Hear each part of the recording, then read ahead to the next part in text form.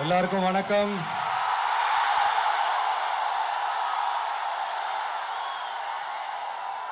எல்லாரும் எப்படி இருக்கீங்க? சாப்பிட்டீங்களா?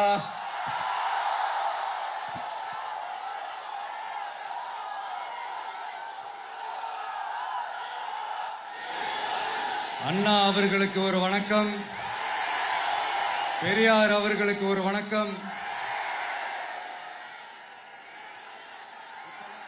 இப்ப நான் எந்த மண்ணில் நின்றுட்டு இருக்கிறேன் தெரியுமா?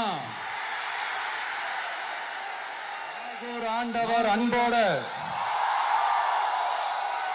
நெல்லுக்கடை மாரியம்மன் அன்னை வேளாங்கண்ணி ஆசியோட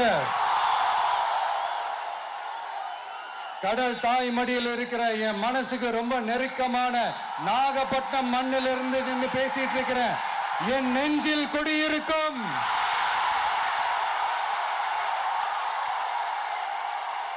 உங்கள் அனைவருக்கும் என்னைக்குமே ஒரு மீனவ நண்பனா இருக்கிற இந்த விஜயோட அன்பு வணக்கங்கள். இந்த கப்பல் இருந்து வந்து இறங்குற இந்த பொருட்களை எல்லாம் விற்கிறதுக்காக அந்த காலத்துல அந்தி கடையெல்லாம் நாகப்பட்டினத்தில் இருக்கும்னு கேள்விப்பட்டிருக்கிறேன். மீன் பிடிக்கிற தொழில், மற்ற தொழில்கள், இந்த விவசாயம், எந்த பக்கம் திரும்பினாலும் எப்படி பார்த்தாலும் உழைக்கிற மக்கள் இருக்கிற ஊர் தான் நம்ம நாகப்பட்டினம் ஊர். மத வேறுபாடே இல்லாத அனைவருக்கும் பிடித்து போன மதச்சார்பின்மைக்கு எடுத்துக்காட்டாக வாழ்ற உங்கள் அனைவருக்கும் மீண்டும் என்னுடைய சிரம் தாழ்ந்த ஸ்பெஷல் வணக்கங்கள். இந்த தமிழ்நாட்டில் இந்த மீன் ஏற்றுமதியில் 2வது இடத்துல இருக்கிறது நம்ம நாகப்பட்டினம் ஹார்பர் தான். ஆனா அங்க நவீன வசதிகளோட இந்த மீன் பதப்படுத்துற இந்த மாடர்ன் தொழிற்சாலைகள்லாம் இல்லை. அது மட்டும் இல்ல, இந்த அடிப்படை வசதிகள் கொண்ட இந்த வீடுகள்லாம் இல்லாம ரொம்ப அதிகமா இந்த குடிசை பகுதிகள் இருக்கிற ஊரும் நம்ம நாகப்பட்டினம் ஊரு தான்.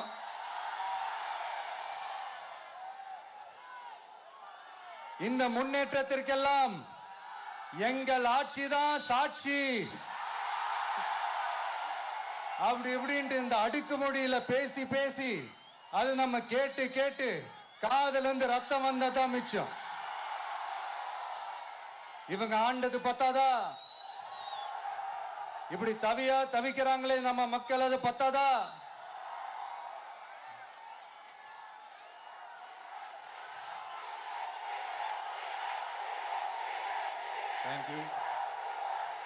தேங்க்யூ.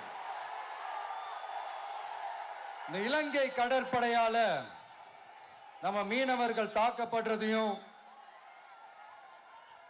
அதுக்கான காரணத்தை பத்தியும் அதுக்கான தீர்வை பத்தியும் நான் மதுரை மாநாட்டிலே நான் பேசியிருந்தேன். அது ஒரு தப்பா? மீனவர்களுக்காக குரல் கொடுக்கறதும் அவங்களோட நிக்கிறதும் நம்மளுடைய கடமை, நம்மளுடைய உரிமை. நான் என்ன இன்னைக்கு நேத்தாங்க அவங்களுக்காக குரல் கொடுக்கிறேன். இதே நாகப்பட்டினத்துல 14 வருஷத்துக்கு முன்னாடி 2011 February 22 இதே நம்ம மீனவர்கள் தாக்கப்பட்டதை கண்டிச்சு ஒரு பொதுக்கூட்டம் ஒண்ணு நடத்தணும் இல்லையா? இந்த விஜய் களத்துக்கு வர்றது ஒண்ணு புதுசு இல்ல கண்ணா. எப்போ வந்தாச்சு. என்ன ஒண்ணு, முன்னாடிலாம் விஜய் மக்கள் இயக்கம் என்ற அந்த இயக்கமா வந்து நிற்போம். இப்ப தமிழக வெற்றி கழகம் என்ற அந்த ஒரு அரசியல் இயக்கமா வந்து நிக்கிறோம். அவ்வளவுதான் வித்தியாசம். அன்னைக்கும் சரி, இன்னைக்கும் சரி, இனிமேலும் சரி, மக்களுக்காக மக்களோட நிக்கிறது தான். இது புரிய வேண்டியவங்களுக்கு புரிஞ்சா சரி.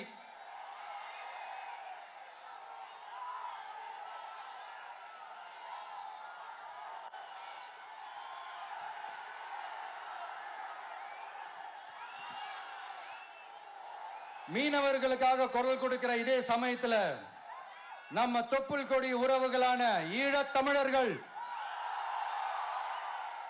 அவங்க இலங்கையில் இருந்தாலும் உலகத்துல எந்த மூலையில இருந்தாலும் தாய்ப்பாசம் காட்டின தலைவனை இழந்து தவிக்கிற அவங்களுக்காகவும் குரல் கொடுக்கிறது, அவங்களுக்காகவும் நிக்கிறது நம்மளோட கடமை இல்லையா? மீனவர்களோட உயிர் எந்த அளவுக்கு முக்கியமோ அந்த அளவுக்கு ஈழத் தமிழர்களோட அவங்களுடைய கனவுகளும் அவங்களுடைய வாழ்க்கையும் நமக்கு ரொம்ப ரொம்ப முக்கியம். நம்ம மீனவர்கள் படுற இந்த கஷ்டத்தை எல்லாம் பார்த்து ஒரு பெருசா ஒரு கடிதம் ஒண்ணு எழுதிட்டு அதுக்கப்புறம் கப்சிப்னு சைலண்டா போறதுக்கு நாம ஒண்ணு இந்த கபட நாடக திமுக அரசும் கிடையாது. மத்த மீனவர்கள்னா இந்திய மீனவர்கள், நம்ம மீனவர்கள்னா தமிழக மீனவர்கள், இப்படி பிரிச்சு பார்த்து பேசுறதுக்கு நாம ஒண்ணு பாசிச பாஜக அரசும் கிடையாது. நிரந்தரமான தீர்வு, நிரந்தரமான ஒரு இந்த ப்ராப்ளத்தை சால்வ் பண்றதுதான் நம்மளுடைய ஒரு முக்கியமான ஒரு அஜெண்டாவே. சரி, இப்ப நம்ம நாகப்பட்டினம் ஏரியாவுக்கு வருவோம்.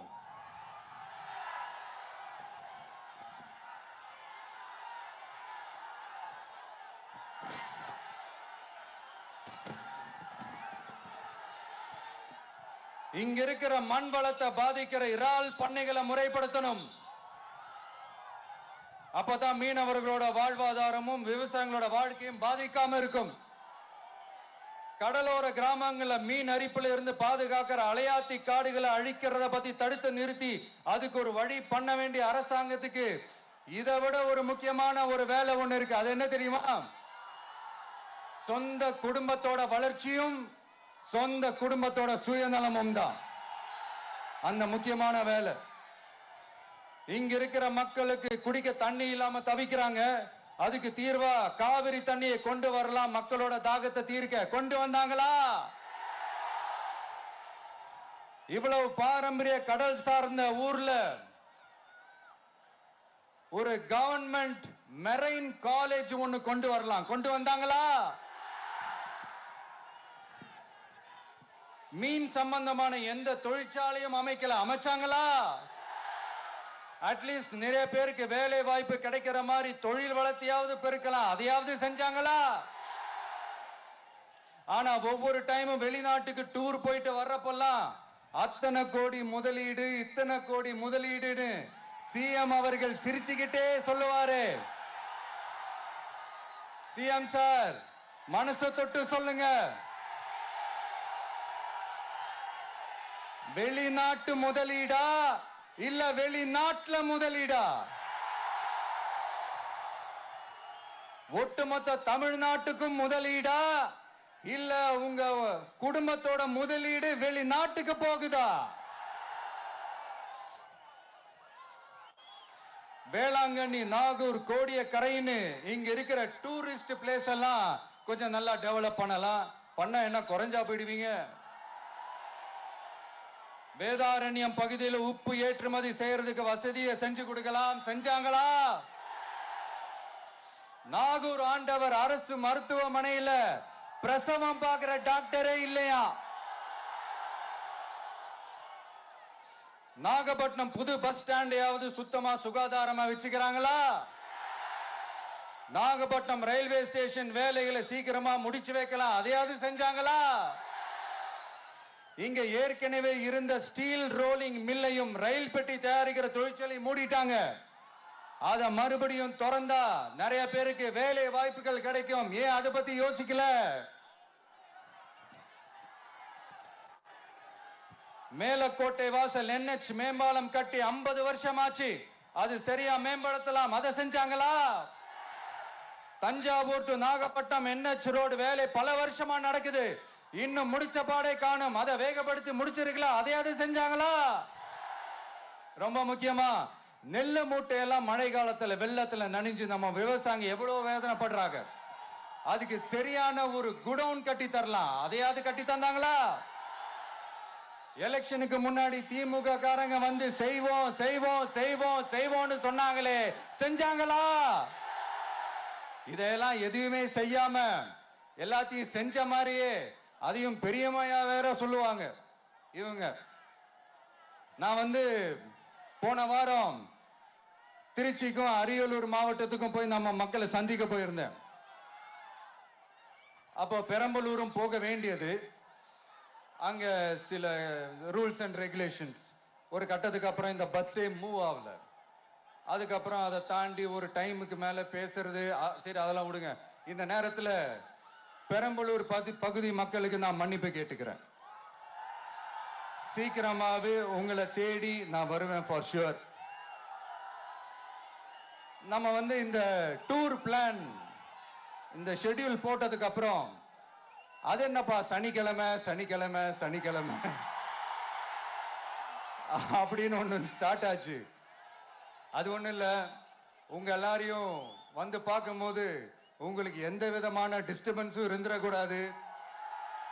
முக்கியமா உங்களுடைய வேலைகளுக்கு எந்த விதமான டிஸ்டர்பன்ஸும் இருந்துடக்கூடாது அப்படின்ற ஒரே காரணத்துக்காக தான் இப்படி வீக்கெண்டா பார்த்து இப்படி இந்த பிளானை ஷெட்யூல் பண்ணோம். லீவு நாட்கள்ல, ஓய்வு நாட்கள்ல வரணும்ன்றதான் அந்த எண்ணமே. அது மட்டும் இல்ல, அரசியல்ல சில பேருக்கு நம்ம ஓய்வும் கொடுக்கணும் இல்லையா? அதனாலதான் இந்த ஓய்வு நாட்களா பார்த்து இப்படி செலக்ட் பண்ணோம். சரி, இப்போ நம்ம மக்களை சந்திக்கிறதுக்கு, நம்ம சொந்தங்களை சந்திக்கிறதுக்கு எத்தனை கட்டுப்பாடுங்க. அந்த இடத்துல பர்மிஷன் இல்ல, இந்த இடத்துல பர்மிஷன் இல்ல. ஆனா அதுக்கான காரணங்கள்லாம் நீங்க கேட்டீங்கன்னா சொத்தையான காரணமா இருக்கும். அங்க பேசக்கூடாது, இங்க பேசக்கூடாது, 5 நிமிஷம் தான் பேசணும், 10 நிமிஷம் தான் பேசணும். நான் பேசுறதே 3 நிமிஷம் தான். அதுலயும் அது பேசக்கூடாது, இதை பேசக்கூடாதுன்னு சொன்னா அப்புறம் தான் எதை தான் பேசுறது.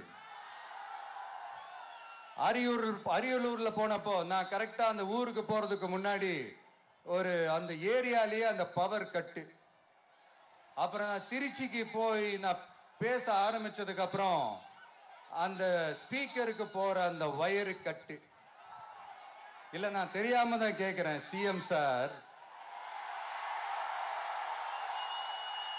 ஃபார் எக்ஸாம்பிள், இப்போ ஒரு ஆர்எஸ்எஸ் தலைவர் இங்க வராருன்னு வச்சுக்கோங்க, இல்ல நம்ம பிரதமர் மோடிஜி அவர்களோ இல்ல உள்துறை அமைச்சரோ இங்க வராருன்னு வச்சுக்கோங்க. இந்த மாதிரி கண்டிஷன்ஸ்லாம் போடுவீங்க, இந்த மாதிரி பவர் கட் பண்ணுவீங்க, இந்த மாதிரி வயர் கட் பண்ணுவீங்க. கொஞ்சம் கட் பண்ணி தான் பாருங்களேன். முடியாதுல, பேஸ்மெண்ட் அதிரும்ல. நீங்க தான் மறைமுக உறவுக்காரர்களாச்சே. இதாவது பரவாயில்லைங்க.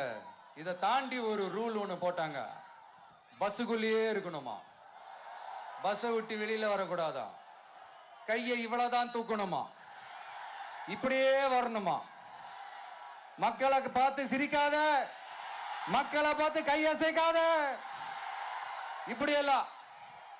ஐயோ ஐயோ ஐயோ,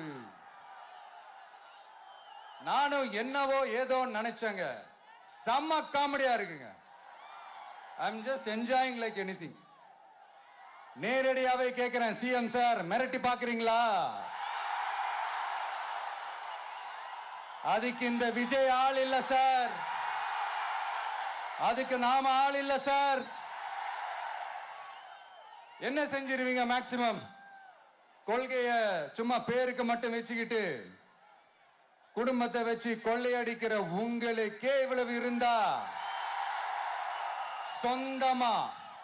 சொந்தமா உழைச்சி சம்பாதிச்ச எனக்கு எவ்வளவு இருக்கும்?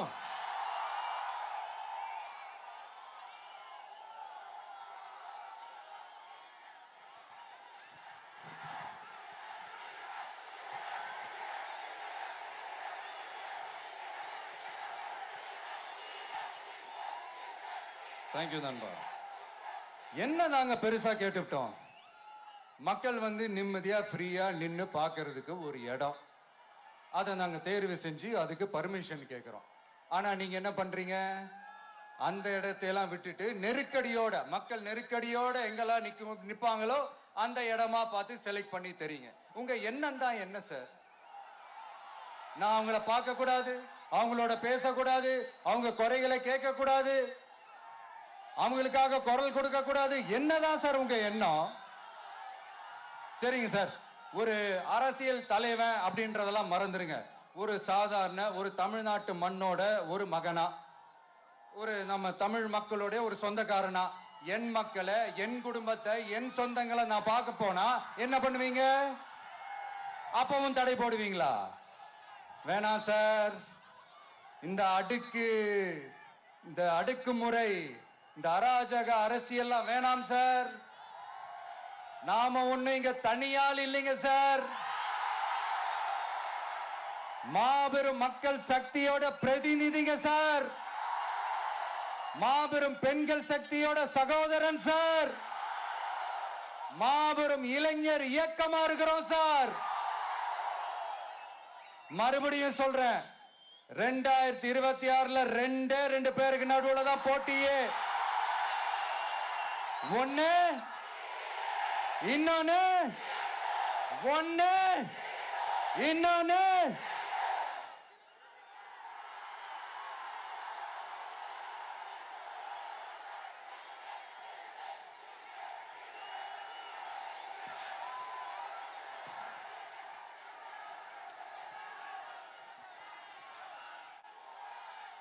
இந்த பூச்சாண்டி வேலையெல்லாம் காட்டுறதை விட்டுட்டு தில்லா கெத்தா நேர்மையா எலெக்ஷனை சந்திக்க வாங்க சார். பார்த்துடலாம் சார்.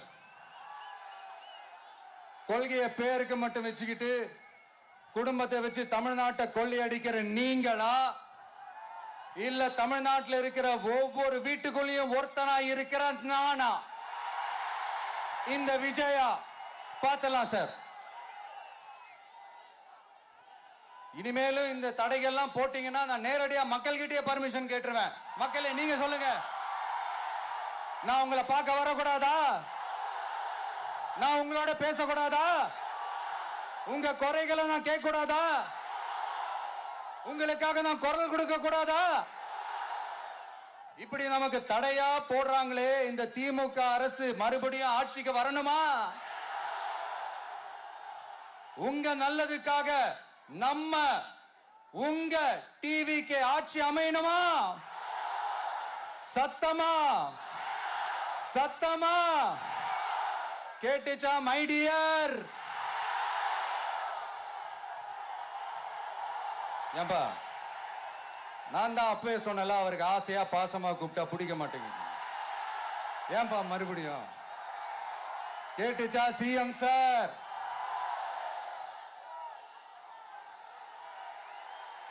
இந்த போர் முழக்கம் உங்களை ஒரு நிமிஷம் கூட தூங்க விடாது, துரத்திக்கிட்டே வரும். கான்பிடண்டா இருங்க, நல்லதே நடக்கும், வெற்றி நிச்சயம். மீண்டும் சந்திக்கும் வரை நன்றி, வணக்கம்.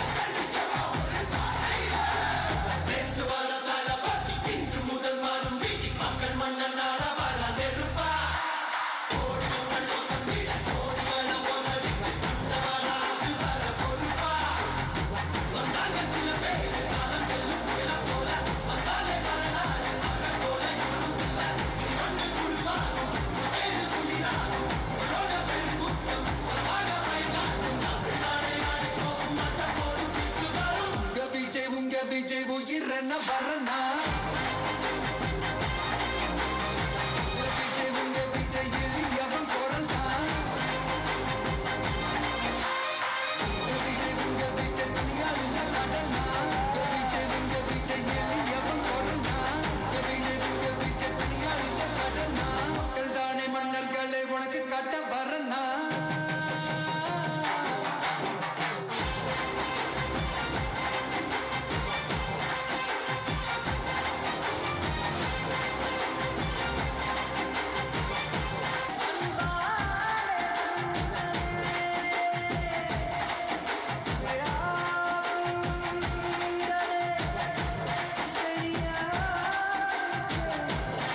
மறக்காம நியூஸ் பேஸ்க்கு சப்ஸ்கிரைப் பண்ணி பெல் ஐக்கானை பிரஸ் பண்ணுங்க.